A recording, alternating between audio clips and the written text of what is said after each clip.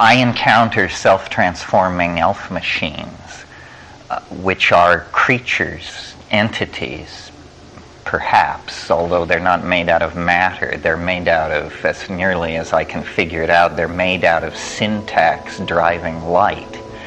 But if what your question addresses is the issue of entities on the other side, there are definitely entities on the other side for me, and there seem to be such for many, many other people. I'm not by any standard sensitive, so if I get entities, then they are substantial and capable of defending themselves. It's one of the most challenging parts of the whole psychedelic landscape, because most people can accept the idea of disordered sensory input, recovery of traumatic memory material, so forth and so on. But what are we to do with an elf? That becomes a little harder to contextualize in psychoanalytic theory, although Jung did a good job when he said autonomous elements can escape from the psyche's control and present themselves as independent entities. I'm not sure he's ever seen a self-transforming elf machine. It's the defining characteristic of the true DMT flash. I mean, it is not subtle. These things mob you like badly trained Rottweilers. They come bounding forward by the dozens, by the hundreds. They jump into your body. They jump out of your body. And I've thought, it maps to some degree over the archetype of the little people, the leprechaun, the fae, and being Irish and being Jungian. I'm willing to entertain, maybe I have a special relationship to this stuff. But then in the Amazon, the people using DMT that I studied in the early 70s, the reason they did it, they said, was to speak with the little people. What puzzles me about my contacts with these beings is it conforms to, let's say, the Irish model. They are small, they live under hills, or when you're with them you have a sense that you are somehow underground. They are full of merriment, almost to a manic and frightening level. It's sort of like a Bugs Bunny cartoon gone berserk. They are friendly, but play rough. In other words, it's a land of explosions and falling anvils. It's like a Roadrunner cartoon or something. But the overwhelming feeling is love, but I spell it L-U-V to distinguish it from the ordinary kind, because it's just this kind of crazy, childish affection, and they're delighted to have me in their presence. Well, now that all sort of corresponds with the Irish model, or with worldwide folklore of little creatures, little people in the woods. What's happening that is not mappable onto fairyland or leprechauns or Findhornian beings or anything like that, or anything else I've ever heard of, is that these entities have an agenda. And it's a very curious agenda. They use a language which you see. It is made out of sound. In other words, it is sound, but you see it in that state.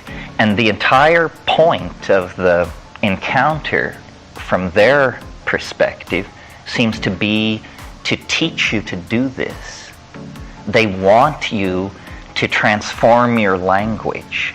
They want you to speak Elfish. And, what? If you've never done DMT and you just smoked it and you're 30 seconds into this experience and this is what it's come down to, you wonder, what to make of it. I've thought about this for years and years and years, and I don't know why there should be an invisible syntactical intelligence giving language lessons in hyperspace, but that certainly consistently seems to be what is happening.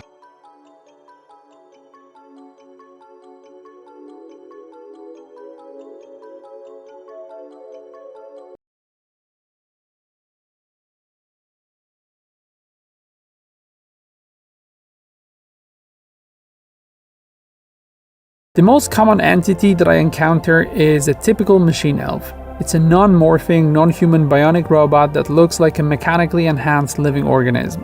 Almost all of my messages come from this type of outer dimensional machine elf, and that's the one I'm most familiar with. Although you should be able to see where their head ends and where the rest of the body begins, it will be very difficult to categorize them according to their form. The only way they can be described as anything we know is a cyber alien. This is also the reason why I liked the term machine elves after I had my first contact with them, and when I found out online that this is what they're called. They really look like a part of a more complex machinery. The next most frequent entity I have a chance to talk to is what can be best described as scary looking but good-natured alien. If you were to judge them by their appearance, you could easily label them as evil entities, and that's what I did when I met them for the first time. I was actually very hostile and disrespectful in my first contacts with them, and it took me a while to get used to their scary appearance before I realized that their intentions are more important than what they look like. Some of them can be only described as monsters, and yet they come to help you and give you their love. It's a very bizarre sensation when you're in the presence of a nasty looking machine elf who's teaching you the most valuable lessons. Or like in my case, when I was taught about sexuality by a giant, creepy, spider-looking creature that turned out to be the most loving feminine force I've ever experienced in my life. Some of them are so scary that a meeting like that without context would be probably enough to put you off psychedelics for the rest of your life. I guess this is where earthly conditioning to anything unpleasant kicks in. Another type of a machine elf that appears in my contacts is a bionic or abstract type of an insect. The one I have talked about many times is the mechanical bee who appeared to me on several occasions, sometimes as an organic android and sometimes as a robot made of shiny metal. Another insect-like entity was a digital spider made of 64 black eyes. Again, their appearance could be quite scary, but they're all good and loving, bringing gifts or answers to important questions. One of very interesting types of entities are what I call one-element entities.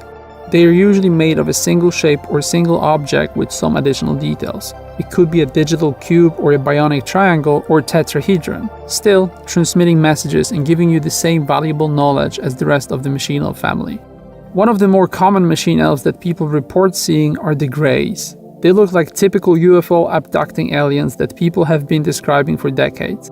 I've been visited many times by them, and for some strange reason, most of them are good doctors that come to fix me, and I'll talk about this in detail in one of the next videos. Also, right before my heroic dose trip, I was visited by two grey-looking aliens who told me that this would be a difficult journey. Another very common machine elf is an Egyptian god, especially Horus, the half-human, half-bird type of Egyptian entity.